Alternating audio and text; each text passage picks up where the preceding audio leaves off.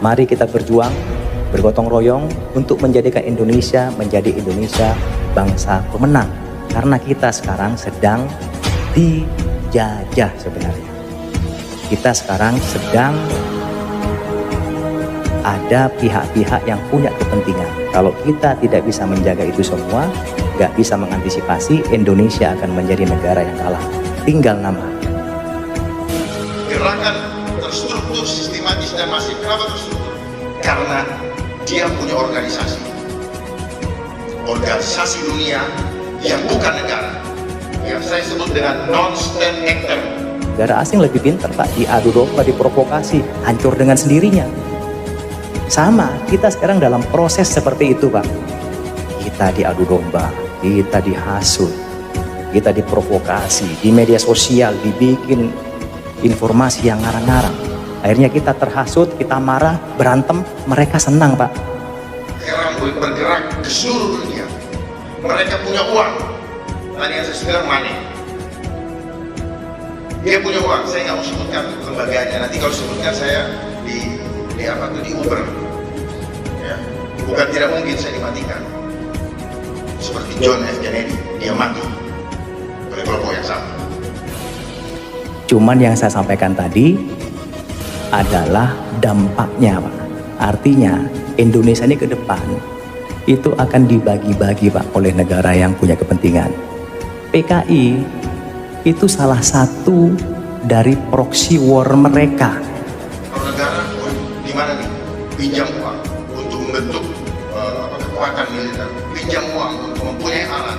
Lalu apa yang terjadi? Kita jadi utang lagi. Jadi ini semua adalah lingkaran setan. Dibikin takut, dibikin situasi. Kalau saya bilang teori bullshit kalau di orang intelijen, bikin situasi atau menimbulkan situasi lalu nanti didatanglah dia sebagai pahlawan. Memang akan tumbuh, betul. Kenapa? Kita tidak boleh memungkiri, Pak. Orang-orang yang berjiwa komunis itu sudah masuk ke kalangan kita. Masuk di pemerintahan, di DPRD, ya, bahkan di ulama. Mungkin juga di TNI Polri. Subhanallah walhamdulillah wa la ilaha illallah. Nah, ini kondisi Indonesia dari perspektif ancaman. Nah, ini, Pak.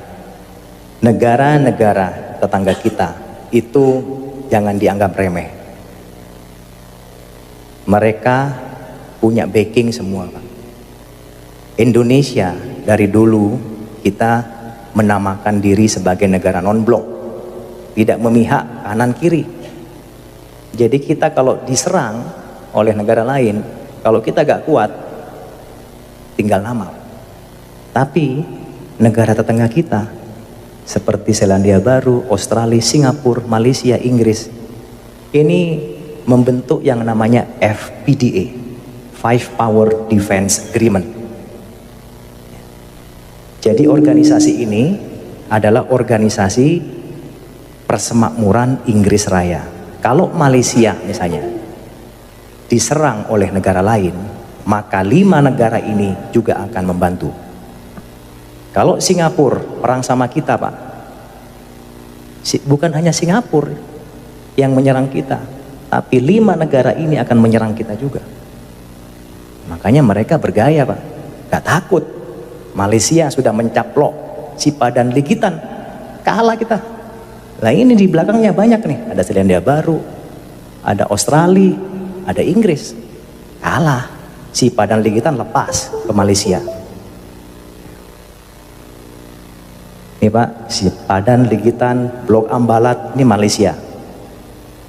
Singapura yang negaranya kecil, ya, sebesar kota Malang, dia berani-beraninya, Pak, melaksanakan reklamasi pantai ke arah kita. Berani-beraninya dia tidak setuju menolak nama KRI Usman Harun. Apa hubungannya? Kok berani negara kecil? Ya berani karena ini, Pak, di belakangnya. Indonesia takut. Tapi kemarin Indonesia sempat tegas. Oh, nggak peduli. Bagi saya Usman Harun itu adalah pahlawan. Bagi Anda mungkin ya silakan. Pemberontak kami gak ada urusan. Tapi bagi kami Usman Harun adalah pahlawan. Nah, itu hebat, berani kita. Kayaknya tetap mereka tidak ngungkit-ngungkit lagi. Nah ini Pak, ini salah satu bukti negara kecil kok berani gitu loh ke Indonesia. Kurang ajar gak kira-kira? Ngelama dia. Lawan Malang aja Arema gak berani. Lawan Indonesia ya, kurang ajar. Australia Pak. Nah, menyadap pejabat tinggi kita, disadap. SBY, ya, bayangkan. Ini negara tetangga kita, jangan dianggap remeh, ini bisa berbahaya kepada kita. Ini skenario Pak. Bayangkan, ini sudah mulai disetting, diskenariokan, Tiongkok nanti akan mendapat bagian Kalimantan. FPDA, Australia semua tadi itu, Inggris, Malaysia, Pulau Sumatera dan NTT. Pulau apa ini Pak? Sulawesi itu nanti ISIS Pak. Kemudian ini yang paling kaya raya ini. Ini punyanya Amerika Pak. Nah, ini bayangkan Pak, kita sudah dibagi-bagi seperti itu. Makanya Panglima TNI Pak paling getol sekali. Beliau menyampaikan masalah wawasan kebangsaan. Kalau negara kita, masyarakat kita tidak kuat Pak, seperti sekarang ini, mudah dihasut, diprovokasi, diadu domba, mereka akan mudah sekali Pak membagi-bagi kekayaan bangsa kita ini. Nah, ini sudah ada desain dari luar. Yang jelas biar Bapak semua mengetahui. Ini mungkin orang nggak percaya, ya silakan nggak percaya nggak apa-apa. Tapi ini sudah melalui berbagai data, fakta, informasi yang akurat. Gak usah jauh-jauh Pak, Timur-Timur aja lepas. Apalagi yang sangat kaya. Banyak orang melirik Pak. Timur-Timur hanya sebagian kecil, ada celah timur di situ. Ini sudah banyak sekali yang mengincar. Apalagi Papua. Papua itu kita keruk aja Pak, sudah ada emasnya. Sekarang ada nambah lagi, ada uraniumnya. Siapa yang gak tergiur? Emasnya gak habis-habis Pak, Freeport itu. Semua emas yang mensuplai Amerika, yang mensuplai Eropa, itu kebanyakan dari Freeport. Ini Amerika nih, oke janjian dia, oke Tiongkok ini kita bagi-bagi, biar kita gak tukaran, saya Papua lah, Anda ya udahlah Kalimantan aja, lumayan tuh banyak ininya, banyak ladangnya, banyak kebunnya. Kemudian FPDA, ya wis, Jawa nih belum nih, nah, Jawa karena masih kuat orangnya, Jawa masih belum berani dia, tapi sudah ada Pak. Mungkin Jawa nanti jadi negara sendiri, mungkin mereka diambil oleh Amerika, karena kan Jawa ya mungkin negara Jawa nanti. Tapi kita Pak, kita harus berdoa semua agar supaya ini tidak terjadi Pak. Bagaimana caranya Pak? Kalau nggak kita antisipasi, kita tinggal nunggu bom waktu aja Pak. Ya, di end habis sudah tinggal nama seperti Sriwijaya dan Majapahit. Saya tanya Pak di sini, apakah Bapak menjamin 10-20 tahun ke depan Indonesia masih utuh? Menjamin nggak? Nggak ada yang menjamin Pak. Apakah NKRI masih utuh? Nggak ada yang menjamin. Wong Timur-Timur lepas, sudah bukan NKRI lagi, itu kurang satu udah. Nanti lepas-lepas semua, tinggal negara Jawa. Ya udah, kita aja di sinilah. Ya kan? Ini Pak, kalau gak diantisipasi dengan baik, bisa terjadi Pak. Tidak ada yang tidak mungkin. Seperti dulu waktu masyarakat zaman Sriwijaya maupun zamannya Majapahit, oh gak mungkin Majapahit lepas hancur, kita kuat kok. Negara asing gak mungkin berani ke sini. Kita punya pasukan, bala tentara yang sangat hebat. Gak ada yang menyangka. Tapi negara asing lebih pintar Pak, diadu domba, diprovokasi, hancur dengan sendirinya. Sama, kita sekarang dalam proses seperti itu Pak.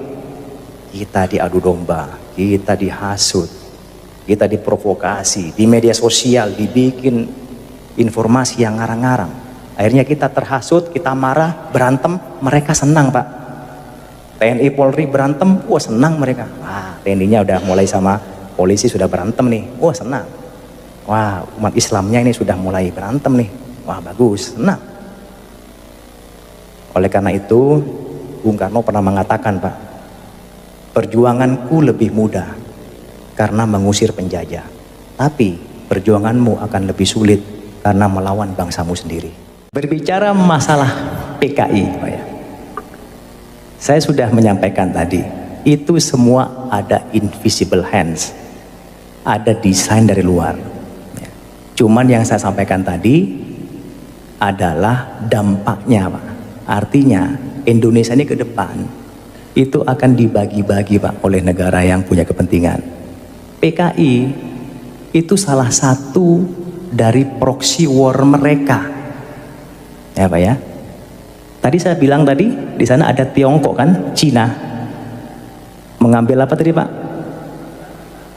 Apa? Kalimantan. Nah, ya disitulah mereka Pak menyebarkan proxy war-nya menggunakan invisible hand-nya. Salah satunya ya PKI tadi. Jadi itu merupakan desain yang kalau kita berpikir itu belum sampai pikiran kita Pak. PKI itu sengaja memang sekarang digambirkan lagi. Tujuannya apa? Yang tadi itu. Tiongkok punya kepentingan kepada bangsa Indonesia. Salah satunya biar kita, bangsa kita semakin carut marut, dimasukkanlah isu PKI.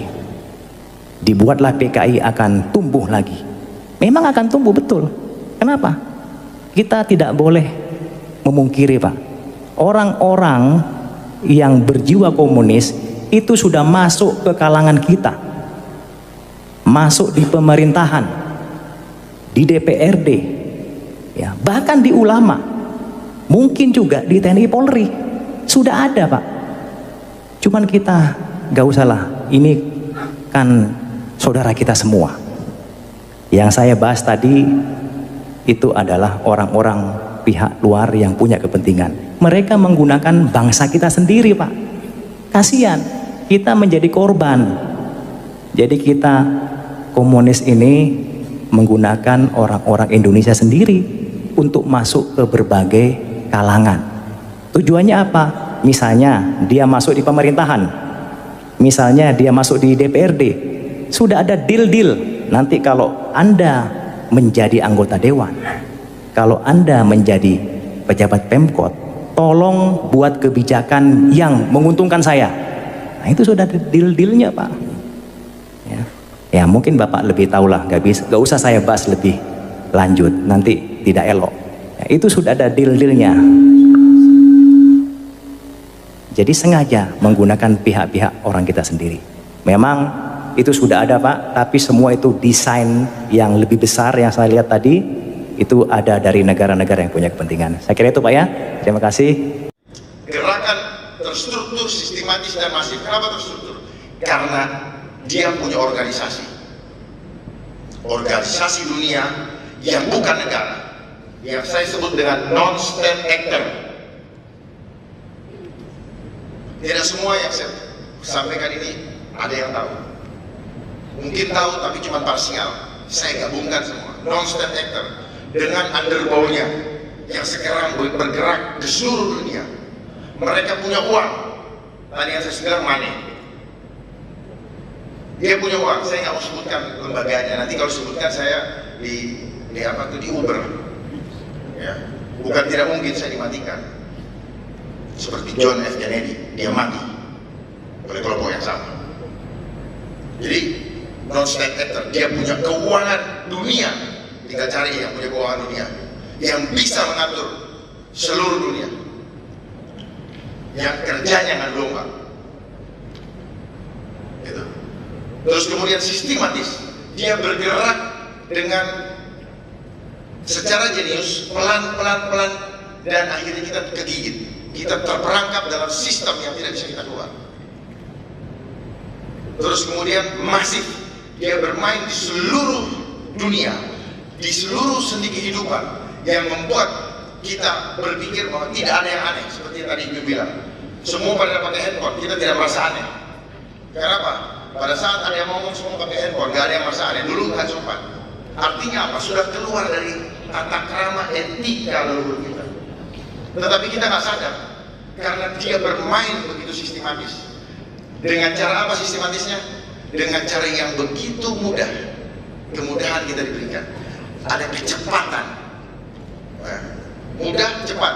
Ini nature-nya manusia yang dari dulunya tidak senang kalau dibikin ribet, tidak suka jalan yang susah, pengennya cepat walaupun menuju kehancuran. Dan itu nature kita. Mereka tahu, mereka sudah punya research yang membuat kita tidak bisa bergerak begitu. Dan ditawarkan ekonomi, larinya kapan? Luxury. Apa yang dibangun situ? Hawa nafsu kita bisa dipenuhi apabila ekonomi, apabila kita sejahtera, tapi hanya secara fisik. Makanya lihat sekarang sekolah-sekolah hanya diajarin intelektual, tapi spiritualnya enggak. Yang membuat kita selalu berpikir logika, eksak. Lihat sekarang, nilai kualitatif dihitung dengan nilai kuantitatif. Sadari itu. Semua orang berpikir, kalau saya mau dapat jabatan ini, saya harus mengeluarkan nilai kuantitatif untuk mendapatkan itu eksak. Lupa bahwa di dalam kehidupan ini, kita adalah makhluk yang lahir dari supranatural, tidak bisa disandingkan dengan hitungan matematika. Makanya mereka bikin robot. Supaya apa? Nanti disandingkan dengan hitungan matematika dengan kekuatan supranatural. Nggak ketemu, nggak cocok, pasti ada rasa benturan. Sadari itu. Cuman pelan-pelan mindset kita dirubah. Nah, kenapa adik-adik, apa kita semua sekarang banyak yang terpapar hoax? Karena gini, awalnya mereka membuat konflik fear engineering di seluruh belahan dunia. Fear engineering, mau ISIS ke, mau 9/11 ke, semua itu hanya rekayasa. Walaupun mengorbankan manusia, tetapi dibikin biar semua dunia jadi ketakutan secara masif. Dengan adanya gadget, dengan adanya media yang mempromosikan itu, semua dunia jadi takut. Ketakutannya masif. ISIS juga dibikin supaya takut. Yang melaksanakan ISIS dia pikir beneran, tetapi ada biaya, ada ekonomi yang menggerakkan itu semua. Dari mana ujung-ujung mereka punya senjata kalau tidak itu? Dari mana mereka punya makan kalau nggak ada organisasi yang mengorganize semua itu? Organisasi nggak jalan kalau nggak ada duit. Ya. Berikutnya, setelah fear engineering semua di mana-mana, coba sekarang ada masalah di Makassar. Waktu kita lihat di situ, Makassar itu. Nah, otak purba manusia begitu tahu ketakutan, apa yang muncul? Otak purbanya muncul apa? Self defense, mencari perlindungan. Perlindungan seperti apa? Macam-macam. Kalau negara, gimana nih? Pinjam uang untuk membentuk kekuatan militer, pinjam uang untuk mempunyai alat. Lalu apa yang terjadi? Kita jadi hutang lagi. Jadi ini semua adalah lingkaran setan. Dibikin takut, dibikin situasi. Kalau saya bilang teori bullshit kalau di orang intelijen, bikin situasi atau menimbulkan situasi, lalu nanti datanglah dia sebagai pahlawan. Konsep-konsepnya seperti musang berbulu domba, kelihatannya domba, padahal ada hidden agenda. Jadi di globalisasi ini ada hidden agenda, ada agenda terselubung yang mungkin tidak banyak yang ketahui. Jadi teknologi yang maju itu hanya pengalihan konsentrasi kita hidup, sehingga kita tidak punya waktu untuk mengingat kemahakuasaan Tuhan di dalam hidup kita.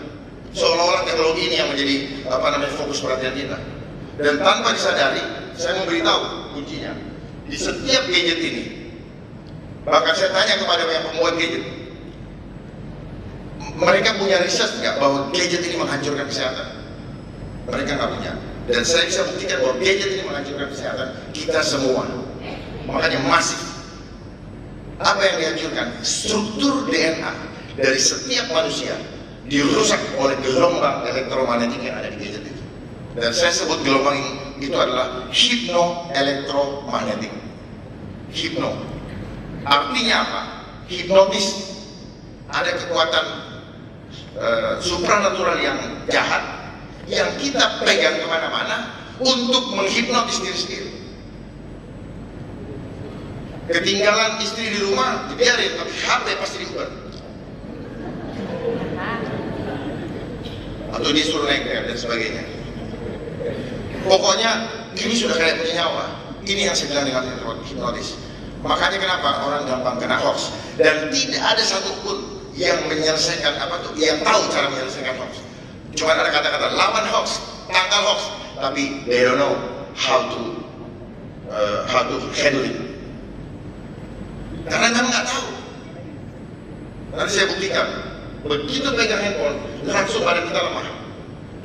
7 jam kita pegang handphone sama dengan 7 hari 7 malam tidak tidur.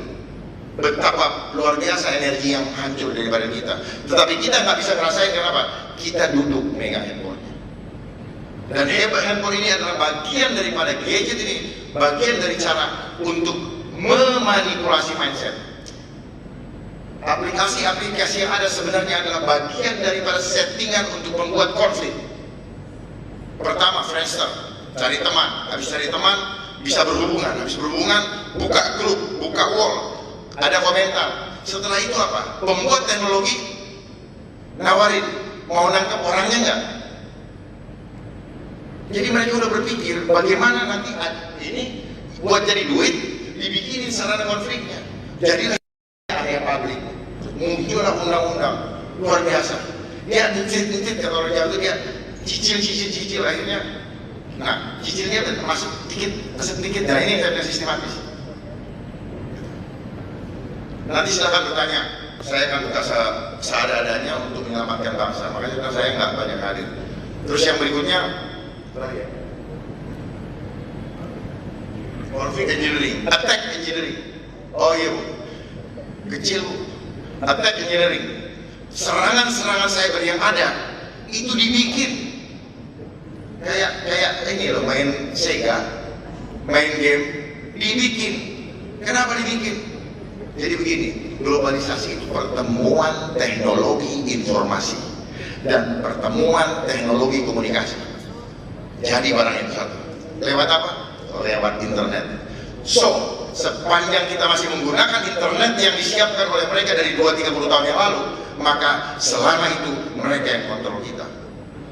Makanya cepat-cepat pintar, biar kita bikin sendiri. Cara ngelawannya cuma satu, kita harus pintar dan kita jangan mau diatur sama mereka. Tapi mereka punya uang, itu masalahnya. Indonesia pun kaya, cuman kok kenapa kita makin berhutang? Karena kurs yang ada di negara kita itu bisa disetting untuk membuat kita menjadi minta uang lagi untuk ganjel supaya jangan dia turun ke 20.000 atau 30.000, dimainkan oleh mereka yang punya sistem keuangan dunia. Jadi ini semua ini satu paket. Ini semua satu paket, nggak berdiri sendiri. Cuman kita nggak merasa kalau seperti itu.